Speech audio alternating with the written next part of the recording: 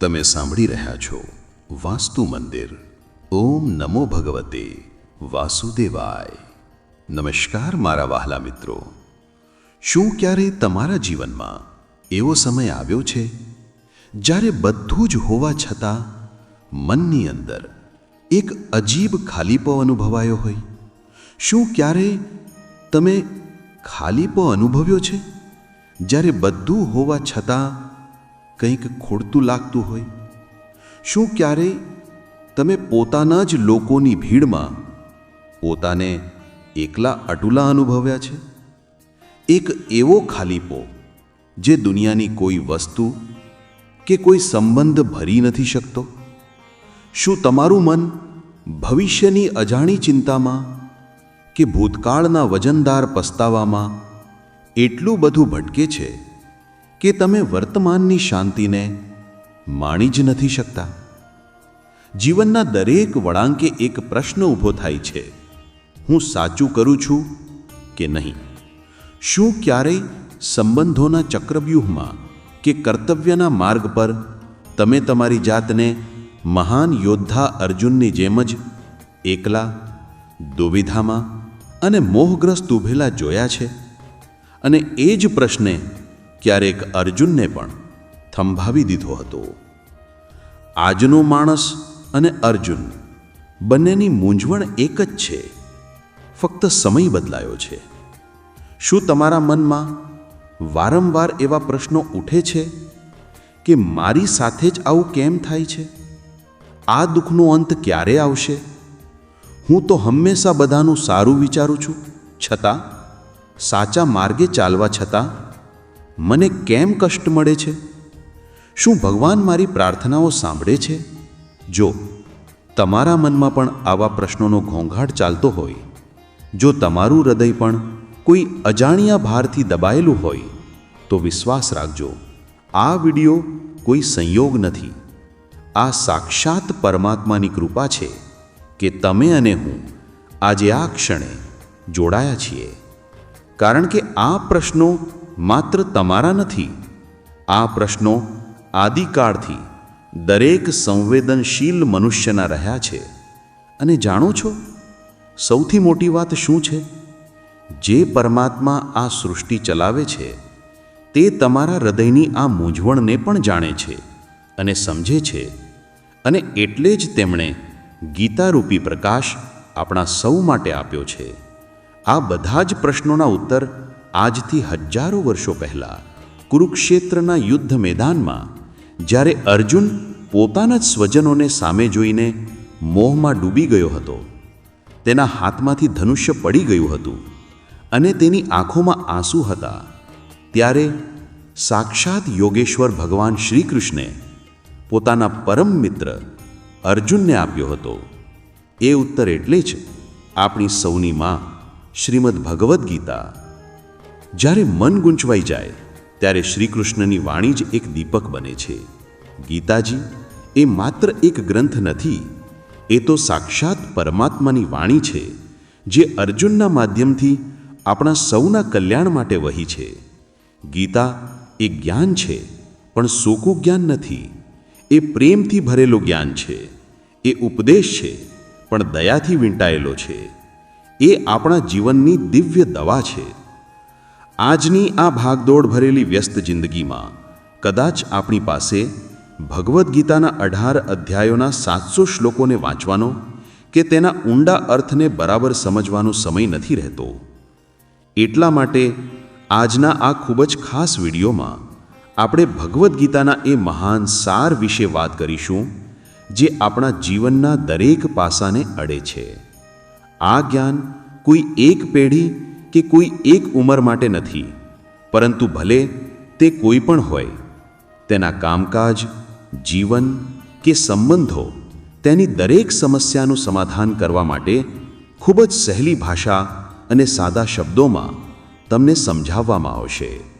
જો તમે શ્રીમદ્ ભગવદ્ ગીતાના આ ખૂબ જ કિંમતી અને પવિત્ર જ્ઞાનનો લાભ વધુમાં વધુ લેવા માંગો છો, તો મારી તમને એક જ દિલથી વિનંતી છે, આ ગીતા સારને ફક્ત શબ્દોની જેમ નહીં, પણ ભગવાનનો પ્રસાદ સમજીને પૂરો અંત સુધી અને પૂરી શ્રદ્ધાથી સાંભળજો અને આ વિચારોને તમે દરરોજ સવારે અને રાત્રે સૂતા પહેલાં જરૂર સાંભળજો. કારણ કે કહેવાય છે, શ્રીમદ ભગવદ્ ગીતા માત્ર એક ધર્મ માટે નથી, પરંતુ તેને ધરતીના દરેક માણસે પોતાના હૃદયમાં ઉતારવી જોઈએ, જેથી તે પોતાની જિંદગીમાં સાચું સુખ, શાંતિ અને સફળતા મેળવી શકે. શ્રીમદ ભગવદ્ ગીતા એકમાત્ર એવો ગ્રંથ છે જે માણસને ડર વગર, ચિંતા વગર અને પ્રેમથી જીવવાની સાચી રીત બતાવે છે. અને કહેવાય છે કે જે ઘરમાં ભગવદ્ ગીતાનો પાઠ દરરોજ શ્રદ્ધાથી વાંચવામાં આવે છે કે સાંભળવામાં આવે છે, તે ઘરમાં ભગવાન શ્રી કૃષ્ણ પોતે રહે છે. શ્રીમદ ભગવદ્ ગીતાની શરૂઆત જ અર્જુનના દુઃખથી થાય છે. અર્જુન, જે મોટો યોદ્ધા છે, તે યુદ્ધના મેદાનમાં પોતાના જ ગુરુ, પોતાના જ દાદા, પોતાના જ ભાઈ બંધુઓને સામે જોઈને મોહમાં ફસાઈ જાય છે. તેના હાથમાંથી ધનુષ્ય પડી જાય છે અને તે કૃષ્ણને કહે છે કે હે કેશવ, મારે યુદ્ધ નથી કરવું, મારે આ રાજ નથી જોઈતું. આ પોતાનાઓને મારીને મને કયું સુખ મળશે? આ તો મોટું પાપ છે. ત્યારે ભગવાન શ્રી કૃષ્ણ, જે ફક્ત તેના રથ ચલાવનાર નથી પણ આખા જગતના માર્ગદર્શક છે, તે હસે છે. તે અર્જુનના ડરને જુએ છે, તે તેના મોહને જુએ છે, તે તેની પીડાને સમજે છે અને પછી ખૂબ જ દયાથી તે એ કાયમી જ્ઞાન આપે છે જેની શરૂઆત આત્માના અમરપણાથી થાય છે. ભગવાન શ્રી કૃષ્ણ કહે છે, હે અર્જુન, તું કોના માટે દુઃખ કરે છે? તું એમના માટે દુઃખ કરે છે જે દુઃખ કરવા જેવા જ નથી. સમજદાર માણસો ન તો જીવતા લોકો માટે દુઃખ કરે છે, ન તો મરી ગયેલાઓ માટે. કારણ કે આ આત્મા ક્યારેય મરતો નથી કે ક્યારેય જન્મતો પણ નથી. જેમ સૂરજ ક્યારેય જે વસ્તુ પર પ્રકાશ પાડે છે તેના દોષથી ખરડાતો નથી, તેમ આ આત્મા પણ શરીરના દુઃખોથી કે સુખોથી અલગ રહે છે. નૈનમ છિન્નંતિ શસ્ત્રાણી ન દહતિ પાવકઃ ન ચૈનમ ક્લેદયંત્યાપો ન શોષયતિ મારુતઃ. એટલે કે હે અર્જુન, આ આત્માને હથિયારો કાપી નથી શકતા, આગ બાળી નથી શકતી, પાણી પલાળી નથી શકતું અને પવન સૂકવી નથી શકતો. આ આત્મા કાયમ રહેનારો છે, અમર છે અને હંમેશા રહેનારો છે. ભગવાન આપણને સૌને મરવાના ડરથી છોડાવતા ખૂબ જ પ્રેમથી કહે છે, વાત્સાંસી જીર્ણાની યથા વિહાય નવાની ગૃહ્ણાતિ નરોપરાણી તથા શરીરાણી વિહાય જીર્ણા ન્યન્યાની સંયાતિ નવાની દેહી. એટલે કે હે પાર્થ, જેવી રીતે માણસ પોતાના જૂના અને ફાટેલા કપડાં ઉતારીને નવા કપડાં પહેરે છે, બસ એ જ રીતે આ આત્મા પણ જૂના અને નબળા શરીરને છોડીને નવું શરીર ધારણ કરે છે. આ તો એક મુસાફરી છે, આ તો એક બદલાવ છે. તો પછી આમાં ડરવાનું શું? આમાં દુઃખ શાનું કરવું? ભગવાન આપણા જીવનની સૌથી મોટી સમસ્યા, ચિંતા ઉપર વાર કરતા કહે છે. આપણી ચિંતા શું છે? પરિણામની ચિંતા. મારું શું થશે? મને મળશે કે નહીં? હું સફળ થઈશ કે નહીં? આપણે કામ કરીએ તે પહેલાં જ તેના ફળ વિશે વિચારીને દુઃખી થઈ જઈએ છીએ. ત્યારે કૃષ્ણ ગીતાનો એ મહાન શ્લોક કહે છે, જે આપણે સૌએ સાંભળ્યું છે પણ કદાચ દિલમાં નથી ઉતાર્યો. જેમ ભગવાન કૃષ્ણે અધ્યાય 2 શ્લોક 47માં કહ્યું, કર્મણ્યેવાધિકારસ્તે મા ફલેષુ કદાચન મા કર્મ ફલહેતુર્ભુર મા તે સંગસ્ત્વ કર્મણી. એટલે કે તારો ફક્ત કર્મ કરવાનો જ અધિકાર છે, ફળ પર નહીં. હે અર્જુન, તારો અધિકાર ફક્ત અને ફક્ત કર્મ કરવા પર છે, તેના ફળ પર કદાપી નહીં. તું પોતાને કર્મોના ફળનું કારણ ન માન અને કર્મ ન કરવામાં પણ ચોંટી ન જહે. આ શ્લોકને જરા ઊંડાણથી સમજીએ. ભગવાન એમ નથી કહેતા કે ફળ નહીં મળે. ભગવાન કહે છે, ફળ પર તારો હક નથી. શા માટે? કારણ કે ફળ એ ફક્ત તારા કર્મના હાથમાં નથી. ફળ એ બીજી હજારો વસ્તુઓ પર આધાર રાખે છે. સમય પર, જગ્યા પર, બીજાના કર્મો પર અને મારી ઈચ્છા પર. તું ફક્ત તારું કર્મ અને તારી ભાવના કાબૂમાં રાખી શકે છે. જેમ એક ખેડૂત બીજ વાવી શકે છે, મહેનત કરી શકે છે, પણ વરસાદ ક્યારે આવશે કે પાક કેટલો થશે તે તેના હાથમાં નથી. તો જે તારા હાથમાં જ નથી તેની ચિંતા શા માટે કરવી? જો આપણે ફળની ચિંતા છોડીને ફક્ત આપણું કામ સમજીને કર્મ કરીશું, જેમ એક માળી ફૂલ ખીલશે કે નહીં તેની ચિંતા કર્યા વગર છોડને પ્રેમથી પાણી પાયા કરે છે, તો આપણું મન તે કામમાં પૂરેપૂરું લાગી જશે અને પરિણામ આપોઆપ સારું આવશે. કર્મ એ છે ફળની ચિંતા વગર કરેલું આપણું કામ. આ છે ચિંતામાંથી છૂટવાનો અને શાંતિથી જીવવાનો રસ્તો. પછી અર્જુન પૂછે છે, પણ પ્રભુ, મારું કર્મ શું છે? હું આ બધાને કેવી રીતે મારું? આ તો પાપ છે. ત્યારે કૃષ્ણ ધર્મનો અર્થ સમજાવે છે. હે અર્જુન, પોતાના ધર્મનું પાલન કરવું એ જ તારું કર્તવ્ય છે. એક ક્ષત્રિય હોવાના કારણે ધર્મ માટે યુદ્ધ કરવું એ જ તારો ધર્મ છે. તું મોહમાં ફસાઈને તારા ધર્મથી દૂર ન થા. ધર્મ એટલે શું? ધર્મ એટલે ફક્ત નિયમો કે રીત રિવાજો નહીં. ધર્મ એટલે એ જે પકડી રાખે છે. આગનો ધર્મ બળવાનો છે. પાણીનો ધર્મ ઠંડક આપવાનો છે. માણસનો ધર્મ માણસાઈ છે. પોતાનું કામ બરાબર કરવાનું છે. ધર્મ એ છે જે તમને અને બીજાને ઉપર ઉઠાવે. સ્વધર્મે નિધનમ શ્રેયઃ પરધર્મો ભયાવહ.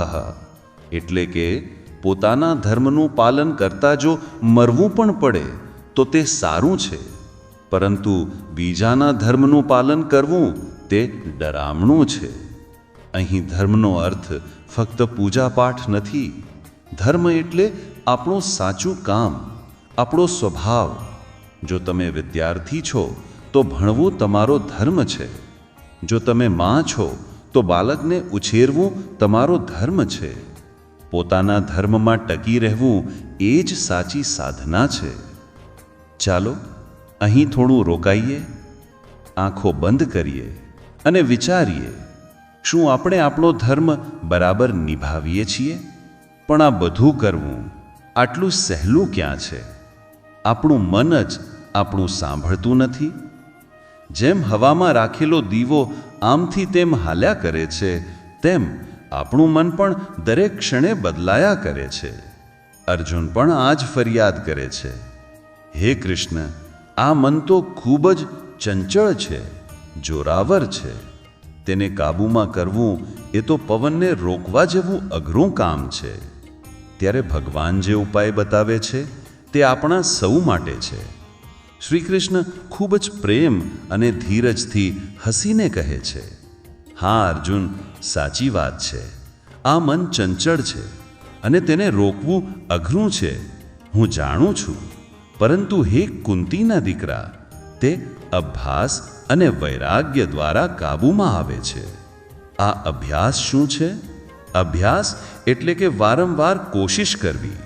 જેમ એક માં પોતાના નાના તોફાની બાળકને ગુસ્સે કર્યા વગર પ્રેમથી પકડીને સાચા રસ્તે લાવે છે, તેમ જ્યારે પણ આ મન ભટકી જાય તેને ધિક્કાર્યા વગર તેને પ્રેમથી પકડીને પાછું ભગવાનમાં કે પોતાના કામમાં લગાડવું. અને વૈરાગ્ય એટલે કે દુનિયાના સુખોમાં જે સાચું અને કાયમી સુખ નથી એ જાણીને તેનાથી મોહ છોડવો. એ જાણવું કે કયા રમકડા માટે રડવા જેવું નથી. એ સમજવું કે દુનિયાની વસ્તુઓ પાણીના પરપોટા જેવી છે, હમણાં છે ને હમણાં નથી. આ બે જ ઉપાય છે મનને જીતવાના. ગીતા કહે છે, મન જીત્યું તો જગ જીત્યું. ભગવાન કહે છે, આ દુનિયામાં માણસ પોતે જ પોતાનો મિત્ર છે અને પોતે જ પોતાનો સૌથી મોટો દુશ્મન પણ છે. જેણે પોતાના મનને જીતી લીધું તે પોતાનો મિત્ર છે. અધ્યાય 6માં કૃષ્ણ કહે છે, ઉદ્ધરેદાત્મનાત્માનમ. પોતે જ પોતાનો ઉદ્ધાર કરવો એ જ સાચો યોગ છે. અને જેનું મન તેના કાબૂમાં નથી તે પોતાના દુશ્મનની જેમ પોતાની સાથે જ વર્તાવ કરે છે. ગીતા આપણને ફક્ત જ્ઞાન નથી આપતી, તે આપણને પ્રેમ કરતા શીખવે છે. ભગવાન ભક્તિનો એટલે કે પ્રેમી ભક્તનો રસ્તો બતાવે છે. કદાચ આપણે મોટા યજ્ઞો નથી કરી શકતા, મોટા તપ નથી કરી શકતા, તો શું આપણને ભગવાન નહીં મળે? ભગવાન ખૂબ જ દયાથી અને પ્રેમથી અને કહે છે, હે અર્જુન, જે કોઈ ભક્ત મારા માટે પ્રેમથી એક પાંદડું, એક ફૂલ, એક ફળ કે થોડું પાણી પણ ચડાવે છે, તે શુદ્ધ મનના નિષ્કામ પ્રેમી ભક્તનું પ્રેમથી ચડાવેલું તે બધું જ હું સામે આવીને પ્રેમથી સ્વીકારું છું. ભગવાનને આપણી સંપત્તિ નથી જોઈતી. ભગવાન આપણો ભાવ, આપણો પ્રેમ જુએ છે. આપણી ધન દોલત કે આપણા મંદિરો નહીં, પણ આપણા દિલની સફાઈ તે જુએ છે. ભક્તિ એ છે મનનું પૂરેપૂરું સમર્પણ. ભક્તિ એ મનને સોંપી દેવાનું વિજ્ઞાન છે, કોઈ આંધળો વિશ્વાસ નહીં. સાચા દિલથી પછતાવામાં ટપકાવેલું આંખનું એક ટીપું પણ પ્રભુને લાખો યજ્ઞો કરતાં વધારે વહાલું છે. અને અંતમાં ભગવાન અર્જુનને અને આપણા સૌને એક મોટું વચન આપે છે, જે ગીતાનો સાર છે અને આપણા જીવનનો સૌથી મોટો ભરોસો છે. સર્વધર્માન પરિત્યજ્ય મામેકમ શરણમ વ્રજ, અહમ ત્વા સર્વ પાપેભ્યઃ મોક્ષયિષ્યામિ મા શુચઃ. હે અર્જુન, બધા ધર્મોને એટલે કે બધા કર્મોને, તેના ફળને અને તેના કરવાપણાના અભિમાનને છોડીને તું ફક્ત એક મારી જ શરણમાં આવી જા. તારા મન, બુદ્ધિ, અહંકાર, તારા બધા પાપ પુણ્ય બધું જ મને સોંપી દે, પછી હું તને બધા જ પાપોમાંથી છોડાવી દઈશ. તું દુઃખ ન કર, તું ડર નહીં. આ કોઈ સાધારણ વચન નથી. આ સાક્ષાત જગતના માલિકનું પરમ વચન છે. આ ભગવાનનું આમંત્રણ છે. એક પ્રેમાળ પિતાનો પોતાના ભટકેલા બાળક માટેનો પોકાર છે કે તું બધું છોડીને મારી પાસે આવી જા, હું તને સંભાળી લઈશ. આનાથી મોટી સુરક્ષા, આનાથી મોટો દિલાસો આ જગતમાં બીજો કયો હોઈ શકે? ગીતા આપણને શીખવે છે કે જે થયું તે સારું થયું, જે થઈ રહ્યું છે તે પણ સારું થઈ રહ્યું છે, અને જે થશે તે પણ સારું જ થશે, કારણ કે બધું જ તેની ઈચ્છાથી થઈ રહ્યું છે, અને તેની ઈચ્છા હંમેશા આપણા ભલા માટે જ હોય છે, ભલે આપણને તે સમયે સમજાય નહીં. જે વીતી ગયું તેનો પછતાવો ન કર, અને ભવિષ્યની ચિંતા પણ ન કર. હમણાં તો વર્તમાન ચાલી રહ્યો છે તેમાં તારું કર્મ કર.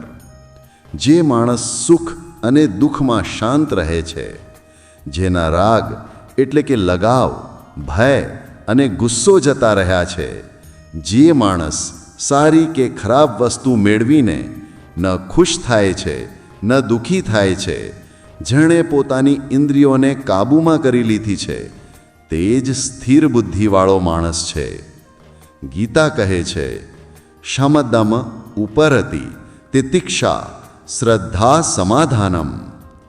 મનને શાંત કરવું, ઇન્દ્રિયો પર કાબૂ રાખવો, સહન કરવું, શ્રદ્ધા રાખવી અને મનને સ્થિર કરવું એ જ સાધન છે. આ સ્થિતિ કોઈ પથ્થર જેવી જડતા નથી, પરંતુ મનની એ પરમ શાંત અવસ્થા છે જ્યાં દુનિયાના ઉતાર ચઢાવ આપણી અંદરની શાંતિને હલાવી નથી શકતા. જ્યારે મન શાંત અને શુદ્ધ બને છે ત્યારે જ કૃષ્ણની વાણી એટલે કે અંતરાત્માનો અવાજ સ્પષ્ટ સંભળાય છે. ભગવાન કહે છે કે તું મન નાનું ન કર. જ્યાં તારા પોતાના મોઢું ફેરવી લેશે ત્યાં હું તારો સાથ દઈશ. તું કોઈની આગળ એટલો પણ ન નમી જા કે તે તને પડેલો સમજવા માંડે. લોકો તારી કદર ત્યારે જ કરશે જ્યારે તું તેમને તેમની જેમ જ અવગણતા શીખી જઈશ. દીવાનું જીવન એટલા માટે પૂજવા લાયક નથી કે તે બળે છે, પરંતુ એટલા માટે પૂજવા લાયક છે કે તે બીજાઓ માટે બળે છે, બીજાઓથી ઈર્ષા નથી કરતો. સફળતા અને નિષ્ફળતા બંને જિંદગીના ભાગ છે, બંને જ કાયમી નથી. જિંદગીની અડધી ફરિયાદો એમ જ દૂર થઈ જશે જો લોકો એકબીજાના વિશે બોલવાને બદલે એકબીજા સાથે પ્રેમથી બોલતા શીખી જશે. વિશ્વાસ કોઈ પર એટલો કરો કે તે તમારી સાથી છેતરપિંડી કરતી વખતે પોતાને ગુનેગાર સમજે, અને પ્રેમ કોઈને એટલો કરો કે તેના મનમાં હંમેશા તમને ખોવાનો ડર બની રહે. હવે તમારા મનમાં એ પ્રશ્ન જરૂર ઉઠતો હશે કે જો સારા કર્મનું ફળ સારું છે તો દુનિયામાં સારા લોકો દુઃખી કેમ દેખાય છે અને પાપ કરનારા કેમ મોજ કરે છે? મોટા ભાગે લોકોના મનમાં એવો સવાલ રહે છે. સારા કર્મ કરવાવાળા પરેશાન હોય છે કે આખરે અમને આટલી પરીક્ષા કેમ દવી પડી રહી છે, જ્યારે જે ખોટા રસ્તે છે તે ખુશ છે અને જિંદગીની મજા માણી રહ્યા છે. મોટા ભાગે લોકો વિચારે છે કે હવે સારા માણસોનો જમાનો જ નથી રહ્યો. જો તમારા મનમાં પણ આ સવાલ આવ્યો છે તો આજે તમે તેનો જવાબ સાક્ષાત શ્રી કૃષ્ણના મુખેથી જ જાણી લો. આ જવાબ તે છે જે ભાગવત કથામાં લખ્યો છે. એકવાર અર્જુને ભગવાન શ્રી કૃષ્ણને આ જ પ્રશ્ન પૂછ્યો કે હે પ્રભુ, સારા લોકોની સાથે હંમેશા ખરાબ જ કેમ થાય છે? જ્યારે ખરાબ લોકો ખુશ દેખાય છે અને જિંદગીની મજા માણી રહ્યા છે. અર્જુનના મોઢેથી આવી વાતો સાંભળીને શ્રી કૃષ્ણ હસ્યા અને કહ્યું કે માણસ જેવું વિચારે છે અને અનુભવે છે તેવું કંઈ નથી હોતું, પરંતુ અજ્ઞાનતાના કારણે તે સચ્ચાઈને જોઈ શકતો નથી. અર્જુન તેમની આ વાત સમજી ન શક્યો. ત્યાર પછી શ્રી કૃષ્ણે જે કહ્યું તે આપણે સૌ ધ્યાનથી સાંભળીએ. કાન્હાએ અર્જુનને કહ્યું કે હે પાર્થ, તને એક વાર્તા કહું છું. તેને સાંભળીને તું સમજી જઈશ કે દરેક જીવને તેના કર્મના હિસાબે જ ફળ મળે છે. કુદરત દરેક કોઈને પોતાનો રસ્તો પસંદ કરવાનો મોકો આપે છે. હવે આ માણસની ઈચ્છા પર છે કે તેણે ધર્મનો રસ્તો પસંદ કરવો છે કે અધર્મનો. વાર્તા શરૂ કરતાં શ્રી કૃષ્ણે કહ્યું કે એક નગરમાં બે માણસો રહેતા હતા. એક માણસ વેપારી હતો, જેના જીવનમાં ધર્મનું ખૂબ મહત્વ હતું. તે પૂજાપાઠમાં માનતો હતો. તે દરરોજ મંદિરે જતો હતો, દાન ધર્મ કરતો હતો અને દરરોજ ભગવાનની પૂજા કરતો હતો. લોકો તેને ક્યારેક ગાંડો પણ કહેતા, છતાં તે પોતાના રસ્તા પર પાક્કો હતો. જ્યારે બીજો માણસ બિલકુલ ઉલટો હતો. તે દરરોજ મંદિરે તો જતો હતો, પણ પૂજા કરવા નહીં, પણ મંદિરની બહારથી ગરીબોના જૂતા ચપ્પલ ચોરવા. તેને દાન અને ધર્મ સાથે કોઈ લેવા દેવા ન હતી. તે હંમેશા બીજાને છેતરવાની જ તાકમાં રહેતો. સમય પસાર થતો ગયો અને એક દિવસ ખૂબ જોરથી વરસાદ પડી રહ્યો હતો. આ કારણે મંદિરમાં પૂજારી સિવાય કોઈ ન હતો. આ વાત જ્યારે બીજા માણસને ખબર પડી તો તેણે વિચાર્યું કે આ જ સારો મોકો છે મંદિરનું ધન અને દાનપેટી ચોરવાનો. પંડિતજીથી નજર બચાવીને તેણે મંદિરનું બધું ધન ચોરી લીધું. આ જ સમયે પેલો ધર્મ કર્મમાં માનવાવાળો વેપારી પણ વરસાદમાં પલળતો મંદિરે પહોંચ્યો. ખરાબ નસીબે મંદિરમાં પૂજારીજીએ તેને જ ચોર સમજી લીધો, કારણ કે અસલી ચોર તો ભાગી ગયો હતો. પૂજારીજીએ બૂમો પાડવા લાગ્યા. ત્યાં લોકો ભેગા થઈ ગયા અને તે બિચારા ધાર્મિક વેપારીને ખૂબ માર્યો. કોઈક રીતે તે બચતો બચાવતો લોહીલુહાણ હાલતમાં ત્યાંથી નીકળ્યો તો ખરાબ નસીબે તેનો સાથ ત્યાં પણ ન છોડ્યો. મંદિરની બહાર એક ગાડી સાથે અથડાયો અને તેનો પગ ભાંગી ગયો. તે ઘાયલ થઈ ગયો. પછી તે વેપારી લંગડાતો દુઃખથી કણસતો ઘરે જવા લાગ્યો તો રસ્તામાં તેની મુલાકાત તે ચોર માણસ સાથે થઈ જેણે મંદિરથી ધન ચોર્યું હતું. તે ચોર ખૂબ ખુશ હતો અને નાચી રહ્યો હતો. તેણે કહ્યું કે આજે તો મારી કિસ્મત ખુલી ગઈ, એક સાથે આટલું બધું ધન મળી ગયું. આ બધું જોઈને પહેલા માણસને, તે વેપારીને ખૂબ ખોટું લાગ્યું. તેનું દિલ ભાંગી ગયું. તેણે પોતાના ઘરેથી ભગવાનની બધી તસવીરો કાઢી નાખી અને વિચાર્યું કે આ દુનિયામાં ધર્મ જેવું કંઈ છે જ નહીં. કેટલાક વર્ષો પછી બંને માણસોનું મૃત્યુ થયું. મર્યા પછી જ્યારે બંને યમરાજની સભામાં પહોંચ્યા તો ભલા માણસે પેલા ચોર વ્યક્તિને જોયો તો તેને ખૂબ ગુસ્સો આવ્યો. તેણે ગુસ્સામાં આવીને યમરાજને જ પૂછી લીધું કે હે ધર્મરાજ, હું તો હંમેશા સારા કામ કરતો હતો, દાનમાં માનતો હતો, બદલામાં જીવનભર મને અપમાન અને દુઃખ જ મળ્યું. અને આ વ્યક્તિ જેણે આખી જિંદગી પાપ કર્યું તેને નોટોથી ભરેલી પોટલી મળી. આખરે તમારા ન્યાયમાં આવો ભેદભાવ કેમ? આના પર યમરાજે શાંતિથી કહ્યું કે દીકરા, તું ખોટું સમજી રહ્યો છે.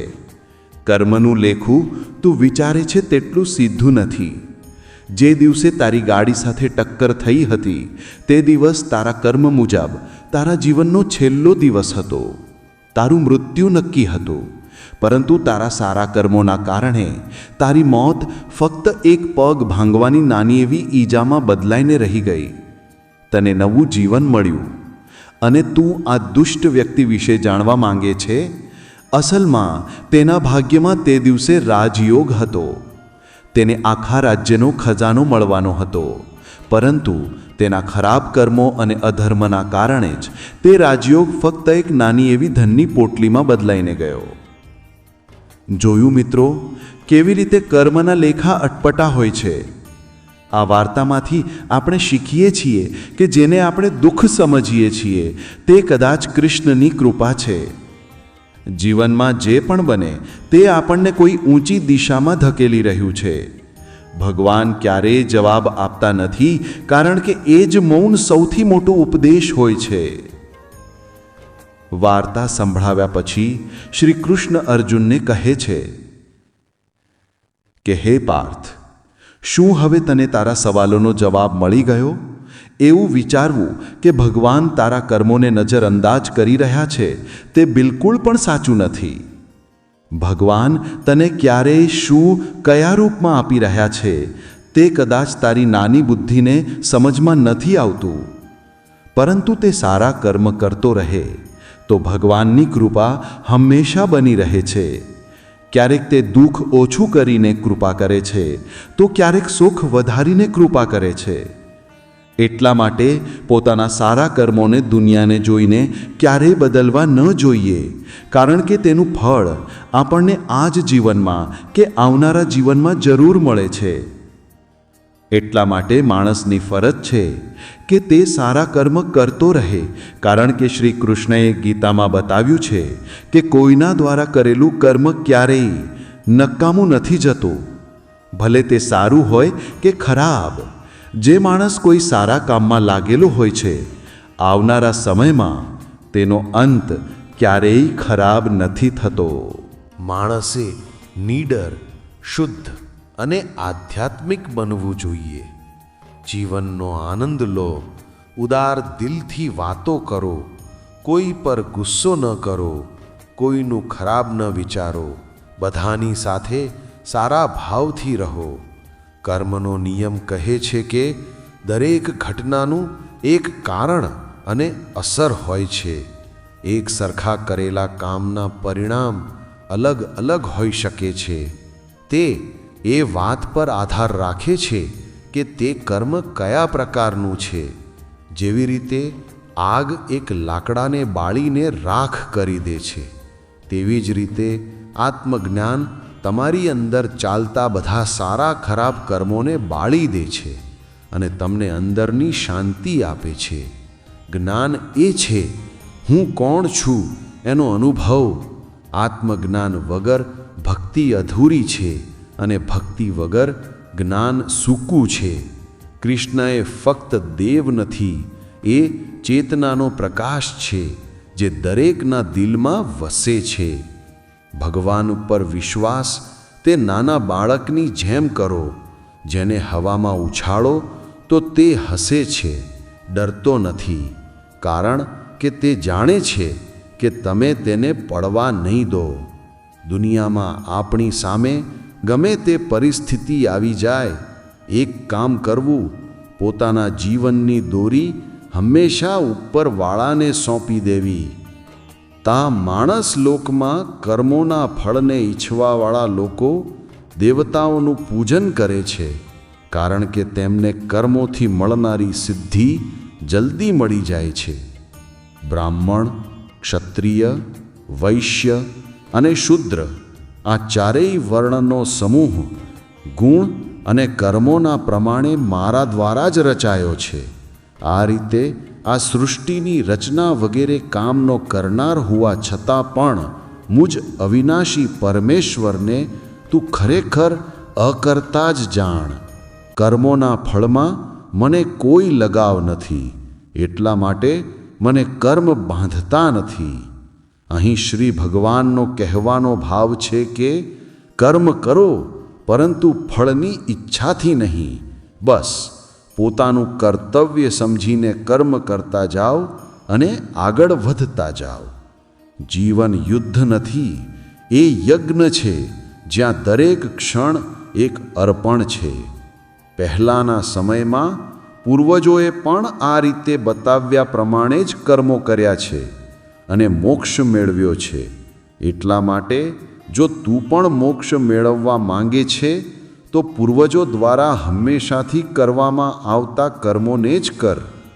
જેની આસક્તિ પૂરી રીતે નષ્ટ થઈ ગઈ છે, જે પોતાના શરીર પર અભિમાન નથી કરતો, જે મમતાથી રહિત થઈ ગયો છે, જેનું મન હંમેશા પરમાત્માના જ્ઞાનમાં સ્થિર રહે છે, તેવો કર્મયોગી પોતાનું કર્મ યજ્ઞની જેમ કરે છે અને મોક્ષને પામે છે.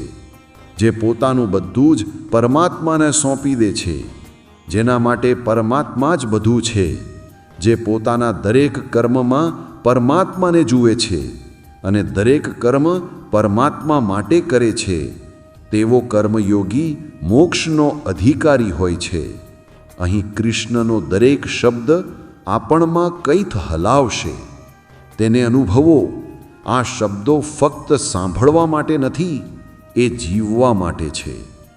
જે માણસ મારી સાથે ખૂબ જ પ્રેમ કરીને આ પરમ રહસ્યવાળા ગીતાશાસ્ત્રને મારા ભક્તોને કહેશે, તે મને જ મળશે. આમાં કોઈ શંકા નથી.